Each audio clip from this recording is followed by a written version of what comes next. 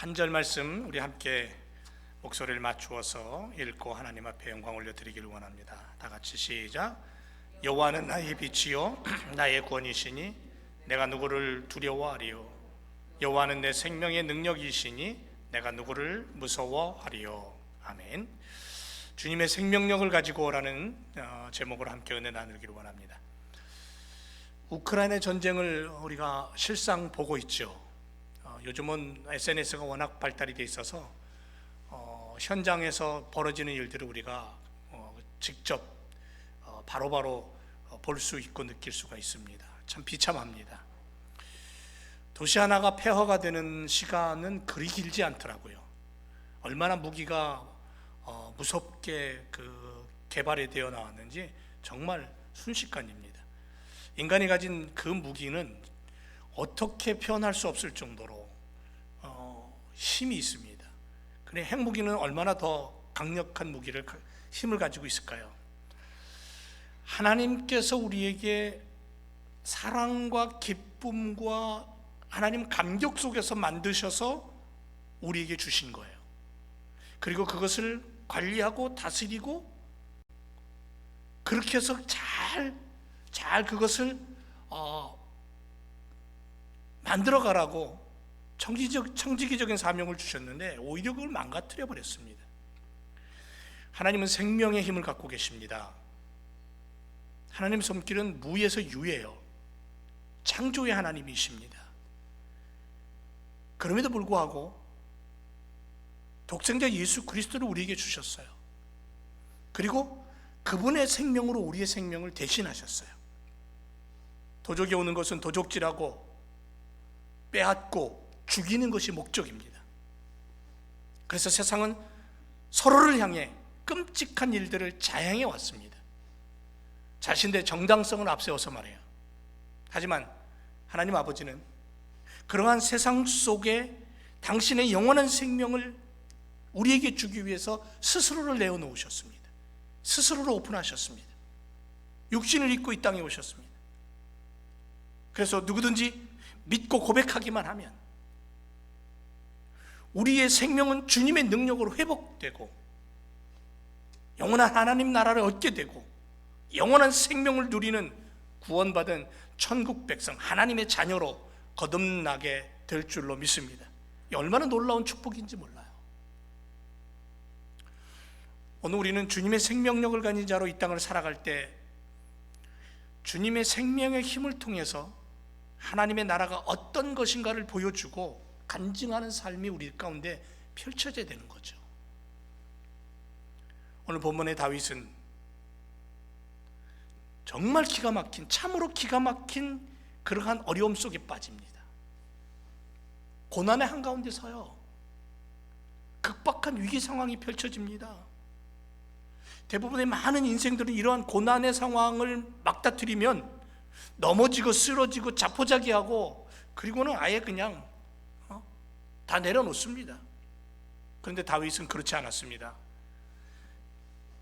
그렇게도 극박한 위기 상황 속에서도 자신이 두려워하거나 무서워하지 않는다고 고백을 해요. 여러분, 다윗이 왜 이렇게 극박한 위기 상황에 처했을까요? 그럼에도 불구하고 두려워하거나 무서워하지 않는다고 선언할 수 있었을까요? 다윗은 하나님을 바라보는 시각이 남달랐습니다. 그 시대에 사는 사람 중에 하나님을 바라보는 눈이, 하나님을 바라보는 믿음의 눈이, 마음의 눈이 달랐다는 거죠. 어떻게 달랐냐면 첫째는 하나님을 빛으로 봤습니다. 빛은 어둠과 상반되잖아요. 그래서 빛은 어둠을 밀어냅니다. 어둠이 물러가 버립니다. 다윗을 둘러싸고 있는 모든 환난, 모든 역경은 어둠이었습니다. 연약한 육신을 입고 사는 우리들의 삶 속에 고난과 질병과 아픔과 여러 가지 환경의 어려움이 다가오는 것은 다 어둠이에요. 그 어두움이 있기 때문에 우리가 고통스러워하고 어려워하는 거예요. 그런데 다윗은 그 어둠을 이길 수 있는 방법이 뭐냐면 하나님을 바라보는 시각이었어요. 그런데 다윗은 그 하나님을 빛으로 봤다는 거죠. 또 하나는 그 하나님을 구원으로 봤어요. 자기 자신을 둘러싸고 있는 모든 대적들, 자기를 압제하고 있는 자기의 삶을 억압하고 있는 모든 문제들, 자기가 당하고 있는 그 고통의 현실, 근데 여기서 벗어날 수 있는 방법은 뭐냐면 하나님밖에 없다는 걸 알았던 거예요. 구원하시는 하나님. 그래서 다윗은 늘 고백하잖아요. 나를 기가 막힌 웅덩이 속에서도 건져내시는 분이다. 사방으로 우겨싸움을 당해도 해결해 주시는 분이다. 그래서 다윗은 늘 승리의 하나님을 노래하는 사람이었어요.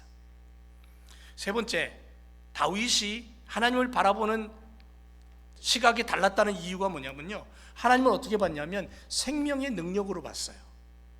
능력, 이 능력이란 단어는요 피난처, 요새라는 의미를 갖고 있어요. 생명의 능력이란 생명의 보장이에요.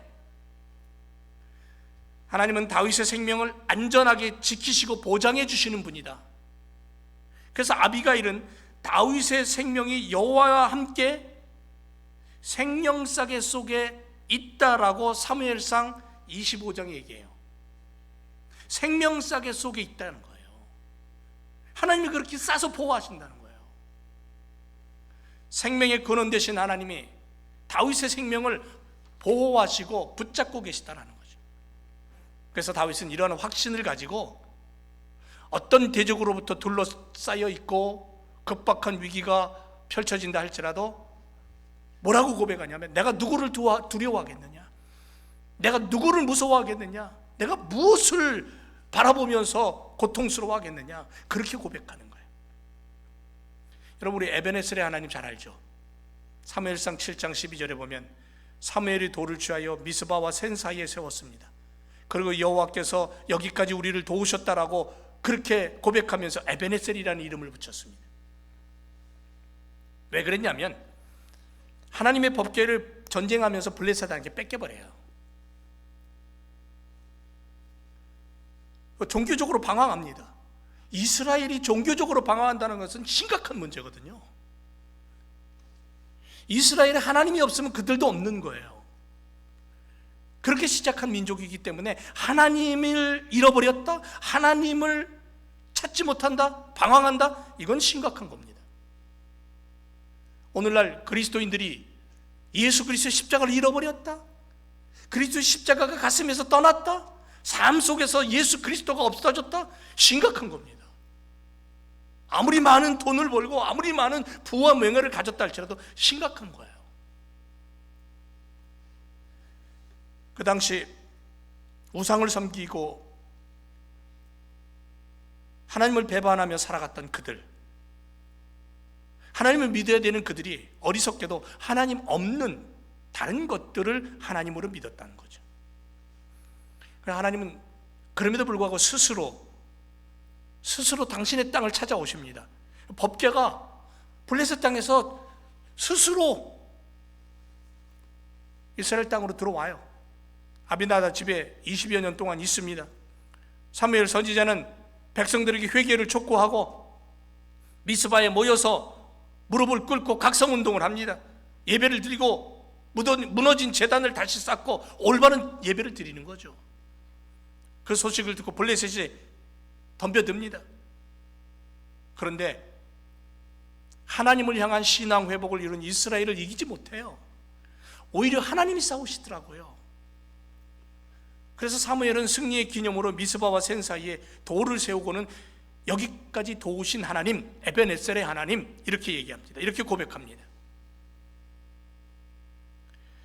에베네셀의 하나님은 능력의 하나님이에요. 끊임없이 배반하고 반역하고 돌아서고 하나님과 등 돌리고 했던 이스라엘이지만 한순간 회개하고 하나님을 향해 엎드리니까 하나님은 기다렸다는 듯이 놀라운 능력으로 그들의 손을 붙잡고 그들을 도우시고 그들에게 승리를 주시고 그들에게 평화를 주셔요. 사랑하는 교성들 여러분, 오늘 우리가 붙잡아야 될 것은 바로 이 생명의 능력을 가지신 하나님이에요. 이 시대도 마찬가지입니다. 바로 이 하나님의 능력을 가지고 살아갈 때 우리가 승리의 삶을 살아갈 수 있는 거예요. 거룩하신 이름으로 다가오셔서 우리들에게 하늘의 생명을 허락하신 전능하신 그 십자가의 주님, 그 보혈을 흘리신 주님, 무덤 문을 열고 부활하신 그 주님을 붙잡고 오늘도 살아갈 때에 우리가 이 땅에 믿음의 삶, 신앙의 길을 온전히 갈 수 있는 거죠. 잠깐만 눈 돌려도요, 우리는 우리의 신앙이 어디서 왔는지도 기억하지도 못할 정도로 세상에 빠져들 수밖에 없는 그런 세상이에요. 그런 좋은 것들로 생겨나고 돌아가고 있는 것이 세상이에요.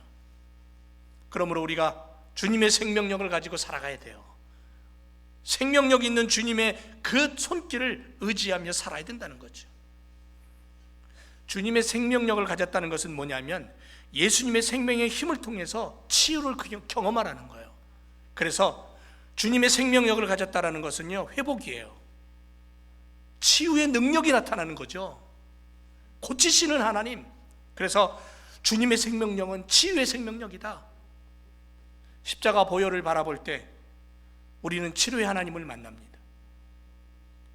광야 불뱀에게 물렸을 때에 물리면 3초 안에 죽어가던 그들이 장대 높이 뱀을 만들어 달았을 때 그것을 바라보는 순간에 살아나는 거죠. 치유의 하나님. 그래서 구약 성경에 그 하나님을 뭐라고 불렀냐면 라파의 하나님, 여호와 라파 이렇게 불렀잖아요. 다윗은 앞에서도 말씀드렸듯이 여호와는 나의 빛입니다, 나의 구원이십니다, 그렇게 고백합니다. 보세요, 다윗은 고난의 시간 앞에서도 결코 쓰러지지 않았죠. 연약한 인간일지라도. 그래서 때로는 자빠지고 엎어지고 낭망하고 고통스러워하고 쓰러져 버립니다. 그런데 그러한 어둠의 자리에 머무르지 않고, 어둠의 자리에 그냥 주저앉아 있지 않고 다시 일어나서 누굴 바라보냐면 고치시는 하나님, 회복시켜 주시는 그 하나님을 바라보는 거예요. 이게 다윗의 고백이었어요. 다윗의 삶이었어요. 오늘 우리가 배워야 될 믿음의 삶이죠. 용기를 냈고 앞으로 나아갔고 고백했고, 여호와는 나의 빛입니다, 여호와는 나의 아버지십니다, 그분은 내 삶의 중심입니다, 나의 구원이십니다. 그리할 때 그의 삶 가운데는 놀라운 힘이 생겼어요. 어디서 이런 힘이 나오는지 몰랐어요. 기가 막힌 미로 속에 빠진다 할지라도, 세상 사람들이 알 수 없는 웅덩이에 빠진다 할지라도 거기서 빠져나올 수 있는 지혜와 능력과 그 길을 제시하시고 인도해 가시는 하나님을 보고 붙잡고 살아갔다는 거예요. 여러분, 우리가 이 땅을 살아갈 때 그런 하나님을 붙잡는 거예요. 내 부귀영화와 명예와 권세를 바라보고 하나님을 붙잡는 게 아니라 다윗이 바라본 그런 하나님을 붙잡는 거예요. 요한 3서 1장 2절에 사랑하는 자의 내 영혼이 잘됨 같이 내가 범사에 잘되고 강건하기를 내가 간구한다 그랬어요. 요한은 주의 음성을 가슴에 담고 주님이 원하시는 것이 뭐냐면 우리의 영혼이 잘 되는 거예요.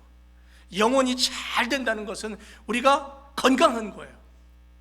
건강하기 위해서는 우리의 속에 들어오는 여러 가지 질병들과 바이러스들을 이겨내야 되는 거죠. 면역력이 있어야 되는 거죠.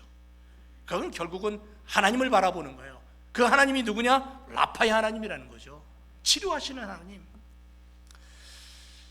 평생 암병을 치료한 어느 한 의사가, 한국분 의사가 30년 넘게 환자를 보면서 한 가지 지혜가 생겼답니다. 지혜라기보다는 딱 보면, 환자를 보면 알더래요. 느낌이 오더래요. 아, 이 환자는 낫겠다, 아, 이 환자는 낫지 못하겠다, 이렇게 느낌이 오더랍니다.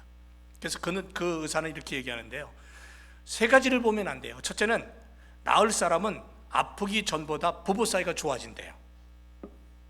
함께 이 역경을 이겨내자고 서로 미안해하고 서로 고마워하고, 나 때문에 고생이 많구나, 아니야 당신이 더 힘들지, 서로 위로하고 격려한답니다. 물론 마음이 안 맞을 때는 지지고볶고 할 수도 있겠지만은. 그래서 그런 환자의 그 아내나 남편, 부부를 보면 아, 이건 가능성이 있구나라는 것을 직감하면 안 돼요. 두 번째는 자기가 아픈 것을 오픈한답니다. 누구 탓을 돌리지 않고 나 아파요 하고 진심으로 자기의 모습을 그냥 인정하고 오픈을 한대요. 입 꽉 다물고 쉬쉬하고 아무도 모르게 꼭꼭 숨어 있으면 병이 더 깊어진다고 한답니다. 세 번째는 나을 사람은요, 마음이 평안해집니다. 큰일 났다 조바심 가지고 불안해하면 오히려 병이 더 깊어져서 가망성이 없다고. 그래서 자기를 돌아보면서 넉넉한 마음을 가지고 있는 사람이 아하, 이 병에서 노인받겠구나 하는 것을 직감적으로 안됩니다. 병을 치료하기 위해서 어떤 약을 쓰는 것보다도 병에 대한 해석이 그래서 바로 돼야 된다고 이 의사는 얘기하는데요, 많은 사람들이 병은 빨리 그 증상이 없어져야 한다고 생각하는데 사실은 자신의 삶을 고쳐서 건강함으로 회복시켜야만이 온전히 살아간다는 거죠. 그래서 예수님이 병을 고치고서 뭐라 그랬어요? 야, 다시는 그 병이 걸리지 않도록 그렇게 하지 말라 그러잖아요. 삶을 바꾸라는 거죠. 환경을 바꾸라는 거예요. 그런 어떤 병의 증상들이 자신을 고치기 위한, 자기의 삶을 고치기 위한 사인이라고 보고 회복이라는 것을 떠올리면서 살아갈 때에 병에서 더 빨리 회복되고 노인받는다. 그리고 이 의사는 한마디 더 붙이는데 이렇게 얘기합니다. 만약에 낫지 않는다면, 회복되지 않는다면 어떡합니까? 라고 묻는 사람, 환자들에게 신앙을 가진 의사로서 고백하건대 비록 육체는 너무 늦어서 회복되지 못한다 할지라도 이 질병을 통해 내 생각과 영혼이 회복된다면 내 육신은 끝나도 나라는 존재는 하나님 앞에 갈 수 있는 기회가 생기기 때문에 이것 또한 복된 것 아니냐, 그렇게 고백을 하는 거죠. 그래서 질병 자체를 회복의 과정으로 보고 있는 그런 의사의 이야기를 어느 글에서 읽은 기억이 납니다. 이스라엘 백성들 원망과 불평으로 하나님과 모세를 정말 막 돌을 던질 것처럼 원망하고 불평하고 핑계 늘어놓고 하던 그런 광야길의 이스라엘 백성들은 그런 선수들이었어요. 그런 건 잘하는 사람들이었어요. 그런데 하나님은 그럼에도 불구하고 그들을 늘 고치셨어요. 회복시키셨어요. 치유하시고 돌보셨어요. 출애굽기 15장 25절 이하에 보니까 모세가 여호와께 부르짖었더니 여호와께서 그에게 한 나무를 지시하시니 그가 물에 던짐에 물이 달아졌다 그랬어요. 그러면서 하는 말이 뭐냐면, 내가 애굽 사람에게 내린 모든 질병의 하나도 너에게 내리지 아니하리니 나는 너희를 치료하는 여호와라고 말씀합니다. 나는 너희를 치료하는 여호와다. 여호와 라파라는 뜻이죠. 생명을 주시는 하나님, 생명이 능력 되신 하나님. 여러분, 바란 광야 40년 동안 지나면서 그 광야에 그들이 병원이 있었습니까? 약국은 있었나요? 의사 있었습니까? 약사 없었습니다. 오로지 그 광야길에서 그들은 하나님만 바라봤어요. 하나님의 인도하심만을 따랐어요. 그랬을 때 그들은 건강한 자신, 건강한 가정, 건강한 공동체, 히브리 공동체를 그들은 누릴 수가 있었어요. 광야 40년을 지나면서 성경은 뭐라고 그러는 줄 아세요? 옷이 헤어지지 않았다 그랬어요. 생수를 주셨어요. 먹을 거 주셨어요. 광야길의 고단함과 절망적인 환경 속에서도 먹이시고 입히시고 인도하신 에베네셀의 하나님, 그 하나님과 동행했다라는 거죠. 광야길에서 말이에요. 광야길에서 하나님을 애굽 땅에서 만나지 않았어요. 그들은 애굽 땅의 풍요함과 애굽 땅의 노예 생활 속에서 그들은 전혀 그 하나님을 만날 수 없었어요. 만나지도 못했어요. 그런데 광야길에서 그들은 생명의 시작이신 하나님, 생명의 시작과 끝이고 인도하시는 하나님, 먹이시고 입히시고 돌보셔서 당신의 나라로 이끌어 가시는 능력 있는 하나님, 그 하나님을 만난 거죠.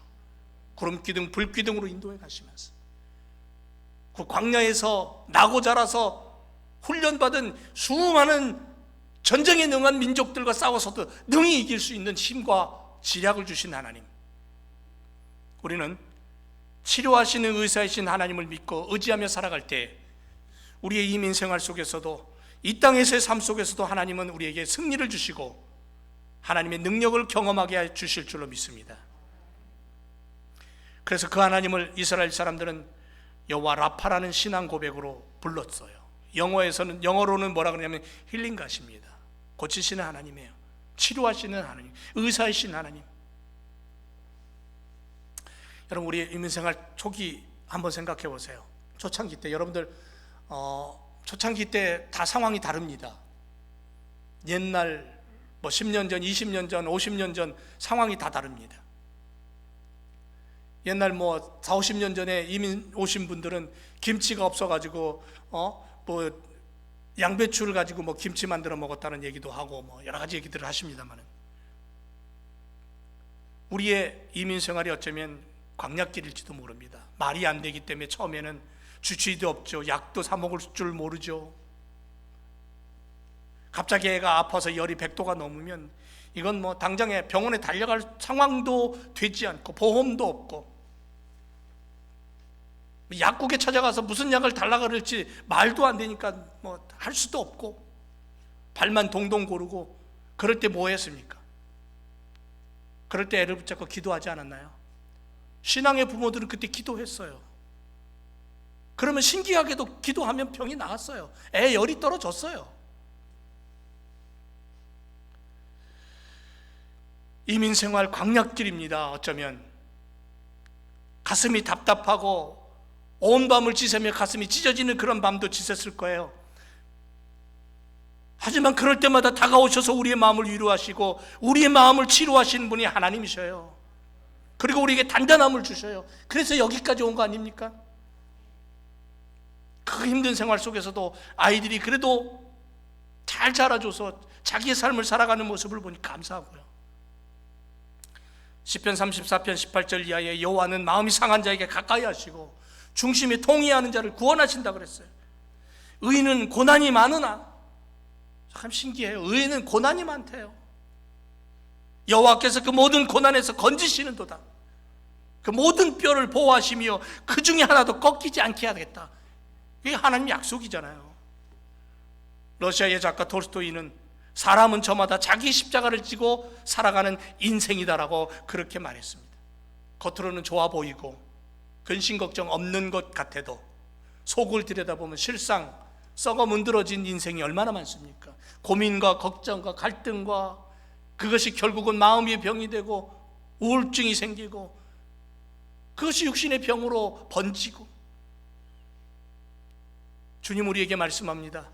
내가 내 거룩한 손으로 능력의 손으로 너의 인생을 생명싸개로 보호해서 인도할 것이니 나와 함께 하지 않겠냐고 나를 오늘도 부르고 계시는 거예요. 내가 그 하나님을 붙잡고 살아갈 때에, 내가 그 하나님께 나의 마음을 드릴 때에 그 하나님은 나를 치료하시고 나를 이끌어 가시고 먹이시고 입히시고 돌보시는 그 손길로 함께 한다는 거예요. 여러분, 우리 여러 가지 많은 문제를 갖고 살잖아요. 어떤 분은 성적이 좋지 않아서 걱정하고, 시험에 낙방해서 걱정하고, 질병 속에 고통당하면서 걱정하고, 암에 걸려서 걱정하고, 죽음을 눈앞에 두고 몸부림치고, 코로나 걸린 부모를 만나지도 못하고 장례식도 치르지 못한 그러한 시간을 보내는 그런 자녀들의 마음도 있고요. 죄의식에 빠져서 살아가는, 열등감에 빠져서 살아가는, 억울함과 분통함이 10년, 20년 가도 지워지지 않는 그러한 응어리를 가지고 살아가는 인생, 얼마나 많은 인생들이 이 땅에 살아갑니까? 그래서 인생은요, 수많은 문제 속에서 허덕이며 살아가는 거예요. 주님 말씀합니다. 너의 삶을 내게 주지 않겠니? 너의 삶을 내게 주지 않겠니? 여러분, 의자가 하나 있잖아요. 이 의자에다가 너의 문제들을 얹어놓으면 해결해 주겠대요. 자, 이 의자가 주님이라고 생각해 보세요. 주님이 내게 말씀하세요. 야, 내 무릎 위에다가 네가 원하는 것들 좀 내달라. 내가 그럼 다 해결해 줄게. 그렇게 말씀하실 때 여러분 어떻게 할 겁니까? 어떤 한 인생이 그 의자 앞에 서서 자기 호주머니에서 자동차 열쇠를 꺼내서 거기다가 얹어 놓습니다. 지갑을 꺼내서 얹어 놓습니다. 시계를 풀려서 얹어 놓습니다. 귀걸이를 빼서 얹어 놓습니다. 목걸이도 빼서 얹어 놓습니다. 자기 것을 다 얹어 놨는데도 여전히 자기는 무겁고 답답한 거예요. 어떻게 할 겁니까? 그렇게 하면 안 된다는 거예요. 주님이 원하는 건 열쇠를 얹어 놓고 지갑을 얹어 놓고 시계를 얹어 놓는 걸 원하는 게 아니라 네 인생을 얹어 놓으라는 거예요. 내가 그 주님의 무릎에 덜썩 앉아야 돼요. 내가 가지고 있는 모든 문제의 근심 걱정을 그대로 다 짊어지고 주님 무릎에 덜컥 앉았을 때에 문제가 해결되는 거예요. 내 마음의 짐이 해결되는 거예요. 코로나로 경기 침체로 전쟁으로 암으로 고혈압으로 성인병으로 우울증으로 우리 주변 한번 돌아보세요. 너나 할 것 없이 분노하고 엉어리진 가슴을 가지고 자녀들을 학대하고 부부가 문제에 휩싸여 있고 문제투성이. 잠언 18장 14절에 사람의 심령은 그 병을 능히 이기려니와 심령이 상하면 그것을 누가 일으키겠느냐라고 말씀했어요. 육신의 병도 병이지만 마음의 병이 너무 심각해서 육체까지도 망가뜨리는 삶을 그냥 그대로 방치해 놓고 있는 것이 우리들의 인생이고 우리의 삶이에요. 하지만 주님 우리에게 말씀합니다. 시편 51편 17절에 하나님이 구하시는 제사는 상한 심령이라 그랬어요. 하나님이 상하고 통회하는 마음을 멸시치 않는다 그러셨어요. 그러니까 주님 앞에 나와야 되는 거예요. 라파의 하나님 앞에, 치료의 능력이신 그 하나님 앞에 나를 맺게 되는 거예요. 그 하나님은 생명의 활력과 생명의 꽃을 피우시는 능력을 가지신 분이잖아요. 내가 그것을 믿는다면 내 인생의 주인 앞에 나와서 맡겨야 되는 거예요. 내 상한 심령을 드려야 되는 거예요. 그래야 할 때에 우리는 능력의 주님을 우리가 경험하는 거죠. 사랑하는 제일교회 성도 여러분, 시편 34편 14절 이하에 보면 생명력을 가진 하나님은 첫째, 여호와는 마음이 상한 자에게 가까이 하신다 그랬고요. 둘째, 중심에 통회한 자를 구원하신다 그랬고요. 셋째, 여호와께서 모든 고난에서 건지신다 그랬고요. 넷째, 그 모든 뼈를 보호하신다고 약속하고 있습니다. 2020년을 이제 한 절반쯤 우리가 달려왔다고 생각하는데 나머지 절반을 우리가 그 하나님을 바라보면서 치료하시는 하나님, 생명의 능력을 부여하시는 하나님, 생명의 꽃을 피우게 하시는 성령 하나님을 의지하고 살아갈 때에 내 영혼이 잘됨 같이 육체가 잘되고 강건하여서 하나님의 영광을 드러내고, 야, 믿음 생활이 이렇게 재밌고, 야, 하나님이 이렇게 좋은 분이다라고 그렇게 간증할 수 있는 인생으로 변화되는 삶을 살아가게 될 줄로 믿습니다. 사랑하는 제 교회 성도 여러분, 끝까지 달려갑시다. 면류관 얻을 때까지 믿음 놓치지 말고 능력의 하나님 붙잡고 에베네셀의 하나님을 의지하고 살아갈 때에 치료하시는 의사 되신 그분이 내 인생의 주인이 되셔서 나의 인생을 하나님 그 나라로 이끌어 가시며 복된 삶을 살게 하실 줄 믿습니다. 기도하겠습니다.